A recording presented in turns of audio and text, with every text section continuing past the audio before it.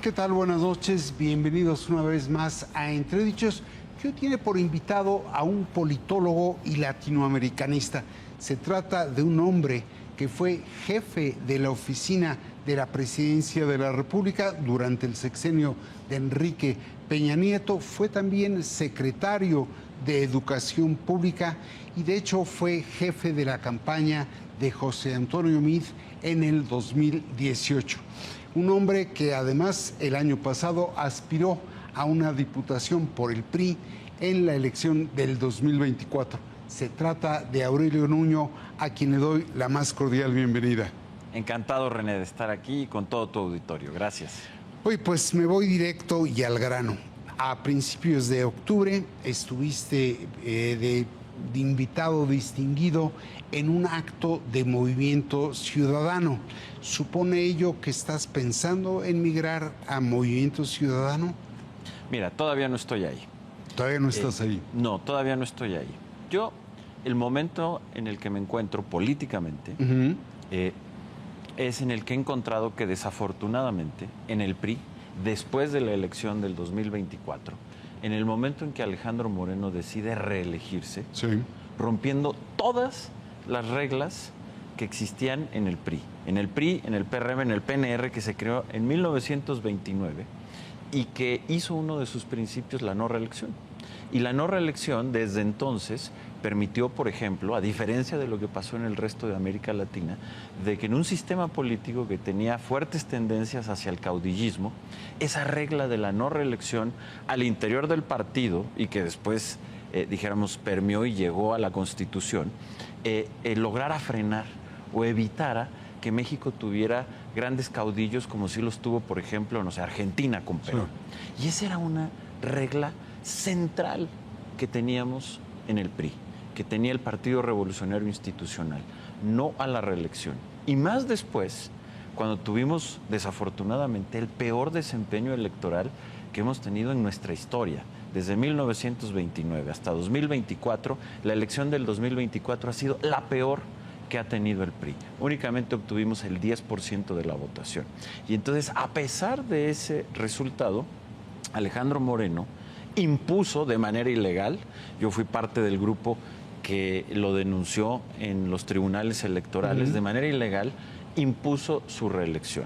Además de hacer esto, a partir de ese momento y en el que tomó ese control, también empezó a ejercer una dirigencia absolutamente arbitraria, en donde no quería que absolutamente nadie con autonomía, con liderazgo, con visión de país, pudiera estar en el partido. Lo que él quería era simplemente aplaudidores, gente que levantara la mano, hacer un partido de cortesanos. Lo más lejano de lo que ha sido el PRI, un partido de múltiples fuerzas, si tú quieres, de muchas contradicciones, de problemas, pero un país que en gran medida creó las instituciones del siglo XX de México y que era un país vivo, con muchas fuerzas, en donde existía mucha negociación, en donde no había estos grandes caudillos, en gran medida por esa regla que era una regla de oro. Entonces, cuando tú estás frente a esa condición, que vino después de la elección del 24, pues alguien que aspira a aportar, a tener un pensamiento propio, a tener un liderazgo, a tener una visión de país, pues ya no cabe en ese partido. Es un partido en donde hay o se corona un líder autoritario que se reelige de manera ilegal, ilegítima y que además no permite que haya un diálogo, que haya una discusión, que haya disidencia en el partido. A muchos de los que hemos opinado en contra nos ha intentado expulsar del partido, etcétera. Entonces, ese desafortunadamente ya no podía ser una vía y un vehículo para poder ejercer una política que busque o que proponga una vía, dijéramos, de un liberalismo igualitario, en lo que fue la esencia del PRI que don Jesús Reyes Heroles lo conceptualizó con esta idea del liberalismo social, que en otras latitudes es algo similar a una socialdemocracia, es decir, buscar una vida libre, autónoma, pero que esa oportunidad llegue para todos, sobre todo para los más marginados. Esa es la esencia ideológica del PRI y eso ya no se puede hacer en el PRI, no se puede hacer esa política libre, no hay una visión de país que lleve a plantear cómo en el siglo XXI podemos hacer esa construcción y entonces lo que sí está muy claro es que en lo que fue mi partido no hay cabida para ese tipo de política libre. En lo que fue mi partido. Sí. Entonces, no estás todavía, al menos, en MC, pero ya no estás en el PRI. Mira, yo no he renunciado formalmente al partido, pero claramente en un partido así no hay cabida. Para no repetir, pero cuando tú tienes un liderazgo que se reelige de manera ilegal y que ejerce un poder como si fuera un pequeño sultanato, un pequeño cacique, que fue lo que siempre intentó combatir el PRI, en donde no acepta disidencia, en donde no acepta debate, en donde no acepta liderazgos propios, con autonomía, con criterio propio, con una visión de país, sino que solamente lo que quiere es una política del aplauso, de levantar las manos, de decirle sí señor, pues en ese lugar ya no hay cabida. De hecho, eso, lo que hoy existe, René, ya no es el PRI. Es un lugar que tiene el logotipo con unas letras que dicen PRI, pero eso ya no está el PRI, ya se vació y lo vació Alito. Cuando yo te estoy hablando después del 2024 y de esta imposición de su reelección, ¿cuántos hemos salido, nos hemos distanciado del partido? Desde muchos de sus militantes más antiguos, como por ejemplo Manlio Fabio Beltrones, como por ejemplo Dulce María Sauri, como por ejemplo la propia Beatriz Paredes, todos o han hecho una ruptura con la dirigencia de Alejandro Moreno o se han distanciado. Esto incluye a la mayoría de los presidentes del partido, no solo a los que ya te mencioné, también a Pedro Joaquín Codwell, a Enrique Ochoa, y a quienes venimos de generaciones más jóvenes, pues también, dime quién sigue ahí.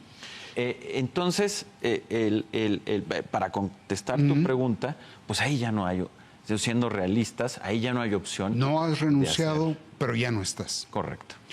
Ahora, déjame traer a pantalla. Estuviste conmigo afortunadamente en marzo de 2024. Yo ya te cuestionaba la legitimidad del liderazgo de Alejandro Moreno. Si te parece, vemos un pasaje de lo que me dijiste ahí. Primero, yo no comparto la opinión de que la dirigencia no esté acreditada. Al contrario, yo creo que esta dirigencia y el presidente del partido, Alejandro Moreno, han hecho un trabajo en el que han logrado, en primer lugar, sortear una persecución desde el poder brutal. Y lo hicieron con una gran firmeza y lograron construir hoy una alianza y después una candidatura como la de Xóchitl, que es una candidatura creciendo, altamente competitiva, el mejor perfil que podía haber, y en una alianza que ha sido muy difícil sostener por los embates que ha tenido y que ahí están. Ahí está tu dicho. Entonces, ¿te parecía un liderazgo acreditado? ¿Te parecía que habían dado un frente a una persecución y habían resistido los embates? ¿Eso no existe más? No, pues es que todo eso, en ese momento, o sea, eso estábamos en la elección, en el proceso electoral de 2024. Eso era cierto. En ese momento, Alejandro Moreno tenía una dirigencia que él había ganado democráticamente. En ese momento era un dirigente legítimo.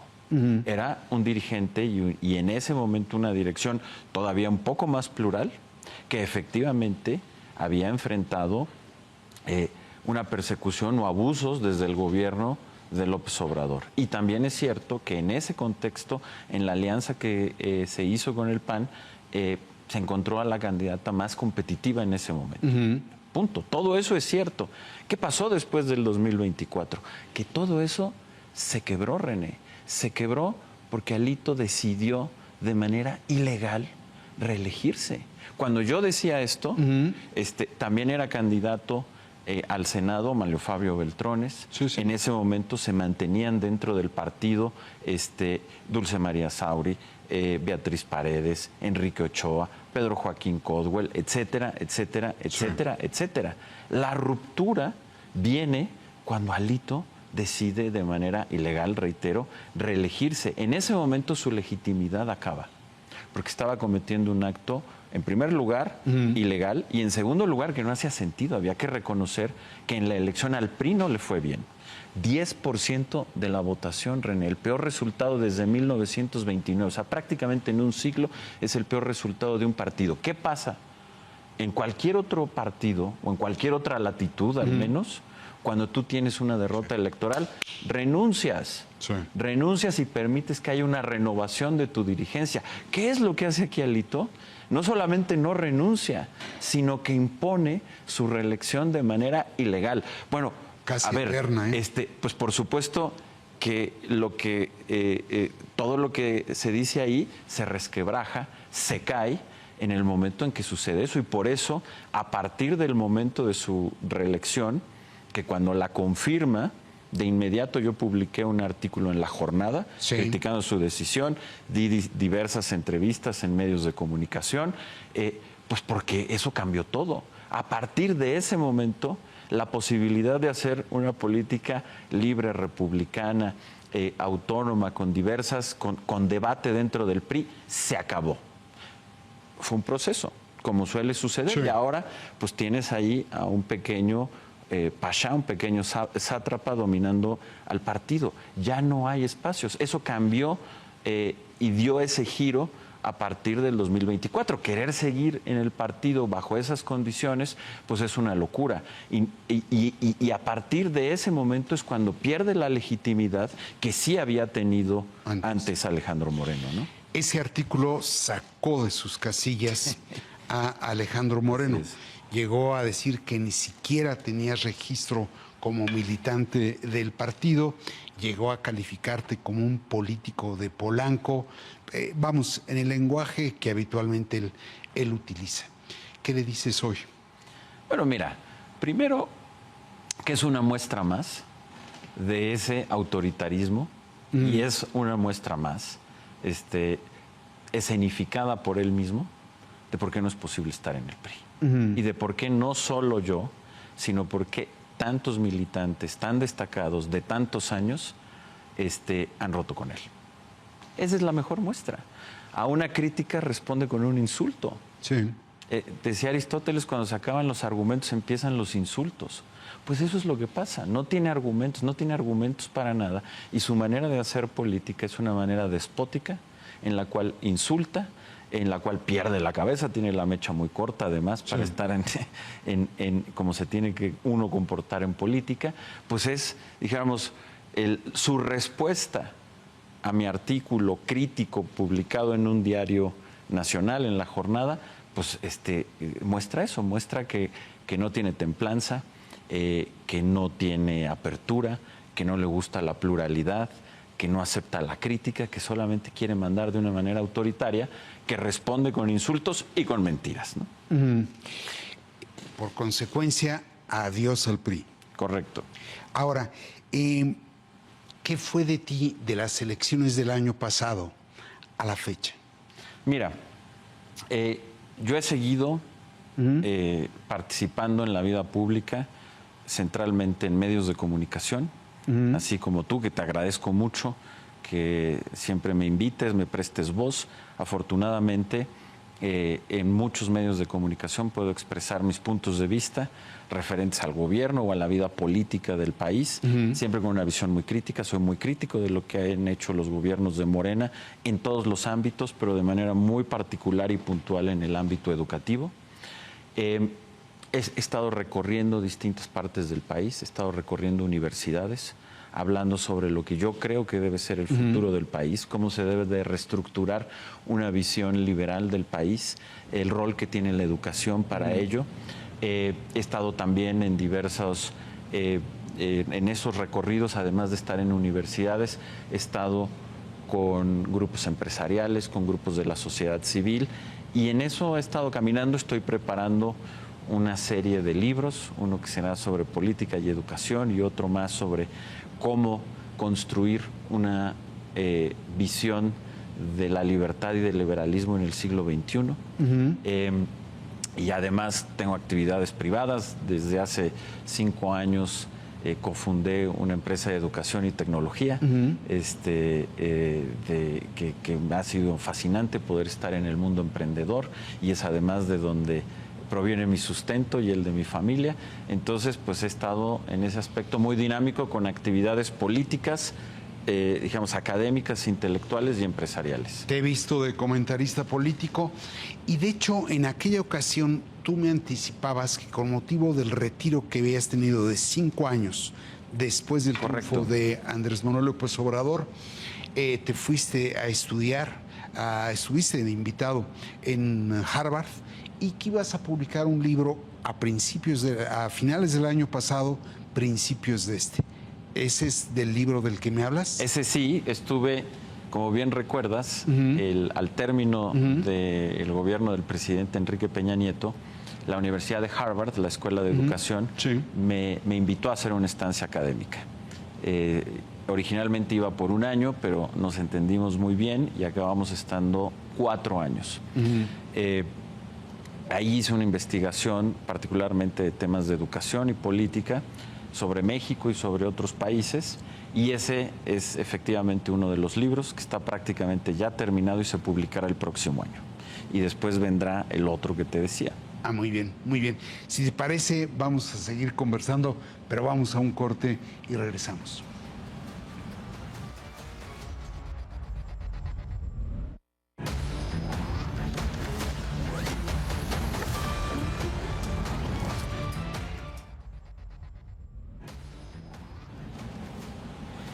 Pues estamos ya de vuelta con Aurelio Nuño, exsecretario de Educación Pública, que ha hecho una muy severa crítica al PRI, pero tú en aquella ocasión, en el marzo del 2024, me decías que para ti tu pasión era la acción política y me decías también tu participación en la vida pública. Me señalas que después de las elecciones del 24 a la fecha, has estado en foros periodísticos, en foros académicos, en foros políticos y con recorridos. Pero conociéndote, eso no te basta. ¿Qué viene? Mira, ya veremos.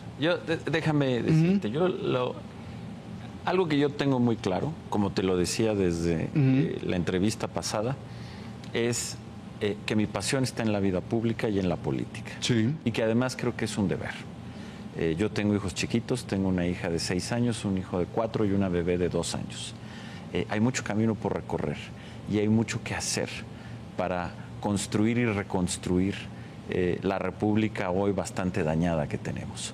Y para mí eso se hace en la acción política y en ese carril y en ese camino estoy. ¿Qué es lo que quiero? Mi visión, cuando entré al PRI, cuando yo tenía 20 años, hoy tengo 47, cuando entré al PRI porque yo siempre he pensado que la esencia de la organización política debe ser garantizar a todos, a todas las mexicanas y los mexicanos, la posibilidad, la oportunidad de poder desarrollar una vida autónoma, una vida plenamente autónoma en la que cada quien pueda vivir la vida que quiera vivir. Esa es una visión liberal que va mucho más allá de una visión muy superficial en donde se entiende la libertad simplemente como no interferencia. Aquí se entiende la libertad como autonomía, como independencia, como tener una vida propia en la que tú puedes tomar el destino de tu vida y llevarla a donde tú quieres, poder elegir tu profesión, tus empleos, el tipo de vida familiar que quieres tener o no, el tipo de vida religiosa que quieres tener o no, cómo quieres participar en la vida pública y tener las herramientas para ello. Para lograr eso se necesitan muchísimas condiciones. Se necesita desde luego un Estado de Derecho fuerte, con un poder judicial independiente que pueda garantizar esos derechos que permiten esa vida libre, una policía eficaz. Se requiere particularmente una educación pública de calidad que llegue a las familias más marginadas, porque una educación de calidad permite tener las herramientas para tener esa vida libre y autónoma, una seguridad social, salud de calidad, un impulso al desarrollo, etcétera.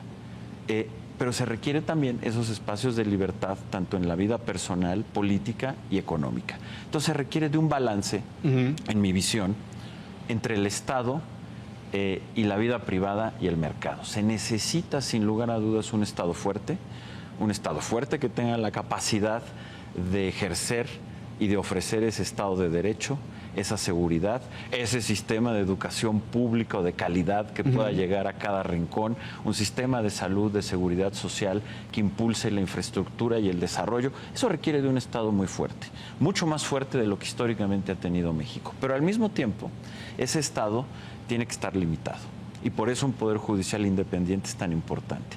Porque ese Estado tiene, concluyo con esto, tiene que limitar su acción para permitir esa vida libre, tanto en lo personal como en lo económico. Yo pienso que algo muy positivo para la vida libre es la economía de mercado, de un mercado regulado que impida monopolios tanto privados como públicos. Vamos a entrar a ese capítulo, sí. Pero sobre todo lo que has dicho, tú requerirías de un vehículo. Veía en tu tweet hace ya varias semanas que tuviste un encuentro con Alejandro Pérez Corzo. Sí. Y que festejabas mucho el encuentro. Correcto. Que había durado 5 horas la conversación, gran amigo. Y veo que él es o al menos yo así lo interpreto, el puente que te está tendiendo hacia MC. Yo entiendo todo lo que me has dicho, pero no veo el vehículo a través del cual puedas tener esa participación política en la vida pública. ¿Estoy en lo correcto? Mira, primero quise empezar por ahí, reafirmando esto. Es decir, hacer una política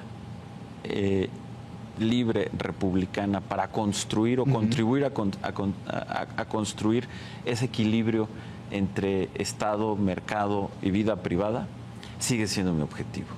Hace más de 25 años lo encontré en el PRI. El PRI, que era un partido que, dijéramos, tenía o seguía los principios de Reyes Heroles del liberalismo social, y además, en mi caso, me tocó un PRI todavía más liberal, cosa con la cual yo me identificaba. Yo te estoy hablando de que yo me afilié al PRI en el año 2000, alrededor del año 2000, cuando se estaba perdiendo por primera vez el poder, pero que al mismo tiempo seguía representando esa posibilidad. Tú me destacabas en esa entrevista como la mayor virtud del PRI, el hecho que era un partido capaz de construir instituciones y de reformarlas en vías de una modernización de esas mismas instituciones. ¿Ves ahora eso en MC? Mira, yo lo que veo hoy es a los partidos tradicionales, al PRI y al PAN, totalmente fuera de forma y de interés para poder presentar un proyecto de país y pelearlo con toda fuerza desde la oposición, un proyecto con esta visión. Ya te expliqué cómo veo en el PRI, para no repetir. Sí. En el PAN veo algo muy parecido a lo que está pasando en el PRI, y veo que en los dos partidos, a las dirigencias actuales, la derrota les reditúa. Y están muy, muy cómodos ejerciendo liderazgos bastante autoritarios, terminándose de comer a los partidos y sus recursos, muy cómodos en la derrota. A mí eso no me interesa. A mí me interesa un proyecto serio que busque de a de veras la transformación, que pelee de a de veras en cada rincón del país por llegar al poder, y que tenga esta visión de un mundo libre, una visión liberal, de un liberalismo con igualdad, como fue la esencia del liberalismo social del que te hablaba para el siglo XXI, porque han cambiado mucho las cosas. Entonces, claramente, para ir por partes, es algo que no veo ni en el PRI, tampoco en el PAN. Además, es un partido demasiado de derecha para mi forma de ver las cosas. Yo no comulgo con ellos, pero además están, es decir... ¿Perdieron la vocación de poder? Y de todo, de visión de país, de poder. No es nada, de ahí no va a salir nada, René. Ahora, de ahí no va a salir nada poderoso, nada potente para replantear el país del siglo XXI. Eso es un hecho. Ahora, ya me hiciste el análisis del PRI, de manera contundente, del PAN. Sí. ¿Qué ves en Morena? Porque parte de lo que me estás diciendo es una crítica manifiesta a los gobiernos de Morena. ¿Cómo ves a Morena y cómo ves al gobierno? Mira, yo veo a Morena que es claramente un movimiento populista. ¿Cuál es el fundamento de los movimientos populistas? Los movimientos populistas se oponen al republicanismo y al liberalismo porque rompe con ese principio. Cuando una política que busca desde la vida republicana o liberal, la esencia de la organización política son las libertades individuales. Se construye una política y una república para poder proteger e impulsar esa vida libre y esa vida autónoma. Y por ello, nada puede romper con las libertades. Ni la opinión de las minorías ni de las oligarquías, pero tampoco las de las mayorías. Las mayorías están limitadas en no romper con las libertades. Si la mayoría quiere socavar las libertades o la vida autónoma, en una república eso no se puede. Y por eso esos derechos están consagrados en una Constitución y por eso hay un Poder Judicial autónomo que defiende esas libertades. En el populismo, la esencia de la organización no es la vida libre ni son los derechos que lo garantizan. Son la decisión de la mayoría. Esto filosóficamente. Es decir, lo que decide la mayoría es la justicia.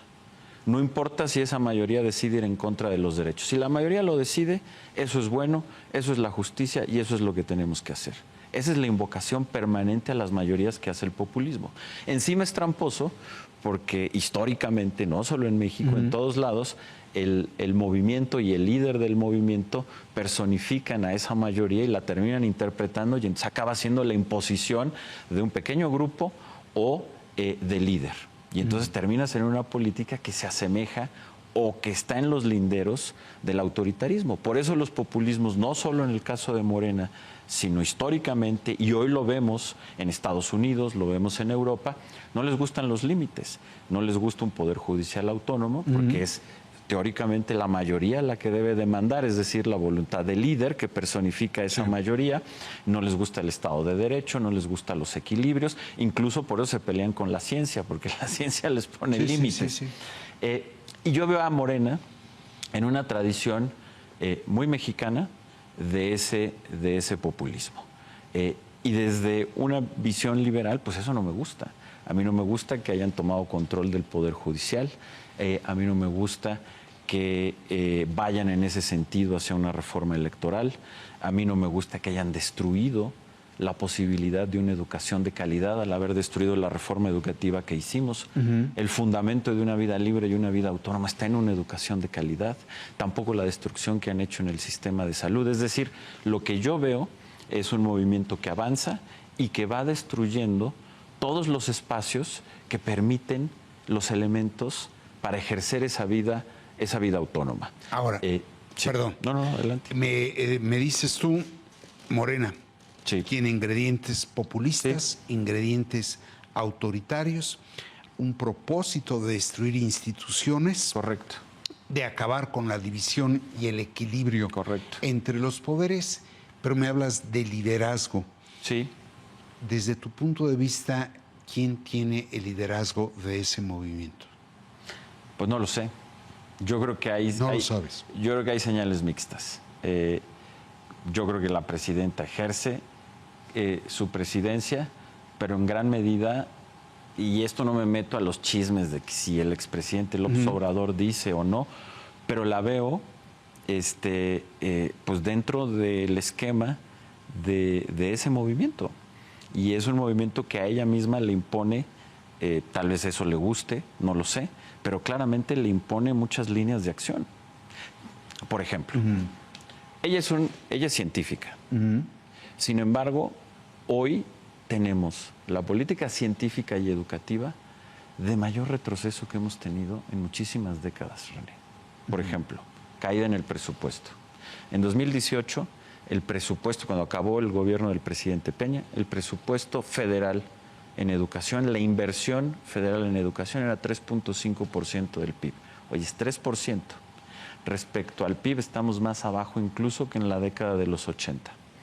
Acabó con todas las escuelas de tiempo completo que tenían evidencia de que funcionaban, no solo a los alumnos, sino a las familias, sobre todo a las mamás que podían hacer una carrera profesional, porque eran jornadas más largas. Regresó el control arbitrario de la vida profesional de los docentes a los líderes sindicales. En cultura tenemos un retroceso. Este presupuesto trae menos 18% a cultura.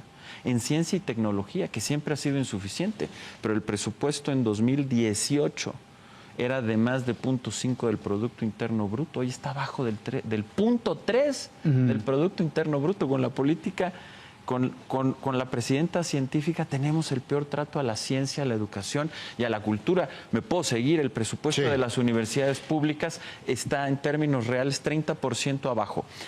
No te sigas, déjame interrumpirte, porque lo que me estás diciendo es desolador. Sí. Por un lado ves a una oposición interesada en los mendrugos del poder. Correcto. Corrompida en buena medida, y un poderoso movimiento autoritario y populista. ¿Cómo defines esa situación ya de conjunto?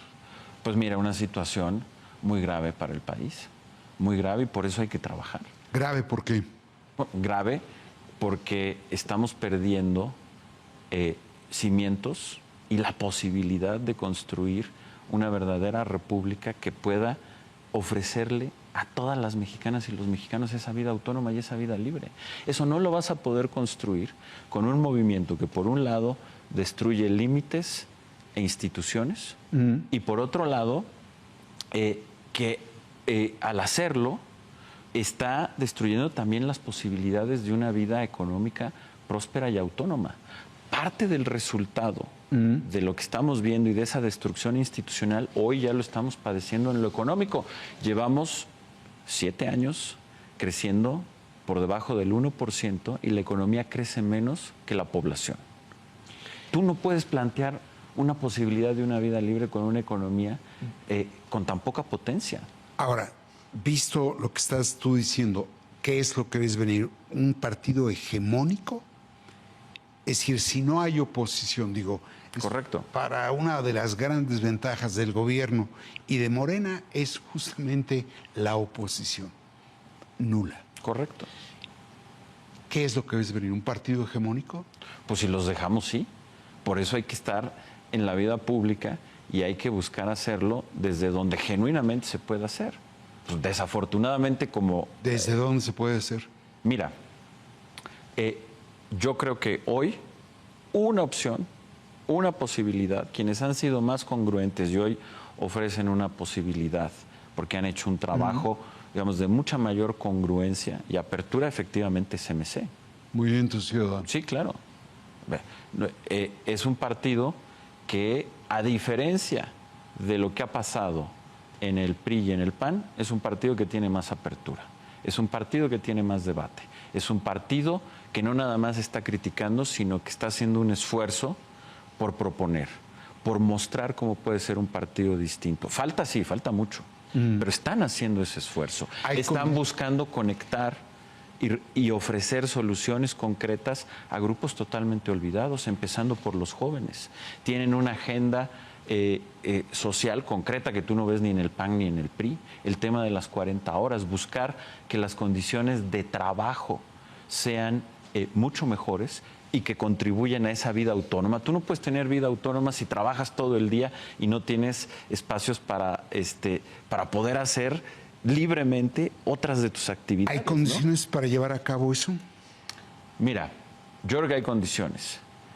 Todavía no se está ahí, ¿no? Y quien lo piense también se está engañando. Es decir, pero creo que efectivamente han logrado construir al menos que existan esas condiciones y tienen esa apertura.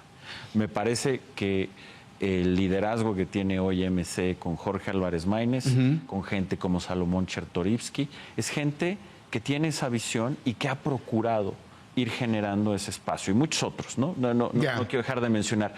Y creo que, a diferencia del PRI y el PAN, han logrado que su partido tenga esas condiciones, apenas las condiciones. Sí. Están muy lejos todavía de ser la fuerza potente que pueda disputar el poder en el 2030, que tenga una representación nacional, que genuinamente tenga contenidos que vayan más allá de las clases medias y que logren embonar y ofrecer soluciones a todo el país, principalmente a los sectores populares. Falta mucho, eso no hay duda, y yo creo que ellos son conscientes, pero lo que sí han hecho es un trabajo de mucha mayor congruencia, de mucha mayor apertura, de estar escuchando a voces críticas también, de tener apertura y de tener una mayor determinación, pues de caminar en un proyecto político serio y no estar simplemente ganando de perder, ¿no? Como sucede en el PRI y en el PAN. Te pregunto esto de las condiciones por algo que me dijiste en aquella entrevista. Sí. Entonces, si te parece, la reproducimos ya perfilando el final de la entrevista. Algo fundamental de la democracia es no perdernos el respeto. Y es no perder algo que es fundamental, y es el derecho del otro, aunque piense absolutamente distinto a ti, aunque sus acciones te parezcan reprobables. Siempre, siempre, siempre, siempre saber que tiene un lugar y que tiene una voz, y que desde ahí se puede construir política en un diálogo y en un debate fuerte, duro, como debe de ser. Pero eso es muy importante. Ahí está tu dicho. En tu opinión, no se está construyendo política. Bueno, en muchos espacios no, lo que decía acá. Es decir, este tema de poder debatir con toda fuerza, con toda apertura, pero con respeto, a ver, eso tú no lo encuentras. El gobierno, el movimiento que gobierna hoy Morena, es muy intolerante respecto a la crítica, increíblemente intolerante ante la crítica, ha polarizado, insulta cuando se le critica. No cumple con esa condición. Insultan, faltan al respeto. Ahí no se puede construir un diálogo fuerte, duro, constructivo. En el PRI, pues ya ¿para qué lo repito? Sí. Y no solo eso, también ve las actitudes del propio Alejandro Moreno, no solo al interior del PRI, sino hacia afuera. Pues se la pasa insultando también al gobierno. Pues también cómo puedes construir una vía así. En el PAN más o menos lo mismo. Y otra vez, creo que al menos el único lugar que está haciendo un espacio en donde hay más apertura a escuchar distintas voces y a no insultar, a escucharnos y a debatir fuerte, pero a no insultar y a no cancelar al otro simplemente porque piensa distinto, otra vez, donde creo que se están dando esas condiciones es efectivamente en Movimiento Ciudadano. No es en Morena, no es en el PRI, no es en el PAN. Muy bien. ¿Qué sigue para ti en los próximos meses para cerrar la entrevista? Concluir los libros que estoy haciendo, publicarlos. Eso me permitirá explicar mejor la visión que tengo tanto de la educación como del país en general. Intensificar mi presencia en medios, en universidades, recorriendo el país. Y en ese camino, bueno, veremos una decisión de si hay política en la vida partidaria o la hay fuera. Pero lo que yo no voy a dejar de hacer es política bajo esta visión y a través de todos los medios que me sea posible poderla intensificar, René. Muy bien, pues yo te agradezco como siempre la disposición. Al contrario, gracias a ti por la invitación. Como desde luego le agradezco a los seguidores del Financiero Televisión el hecho de acompañarnos aquí en Entredichos. Muchas gracias.